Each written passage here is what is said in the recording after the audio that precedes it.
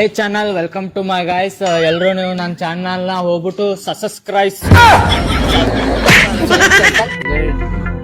ಎಲ್ರು ಇವನ್ ಚಾನಲ್ ಹೋಗ್ಬಿಟ್ಟು ಸಬ್ಸ್ಕ್ರೈಬ್ ಮುಂದೆ ಹೇಳಕ್ ಬರಲ್ಲ. ಸೊ ಗೈಸ್, ನೀವೆಲ್ಲ ಹೋಗ್ಬಿಟ್ಟು ನನ್ನ ಚಾನಲ್ಗೆ ಅದ್ ಮಾಡ್ಬಿಡಿ.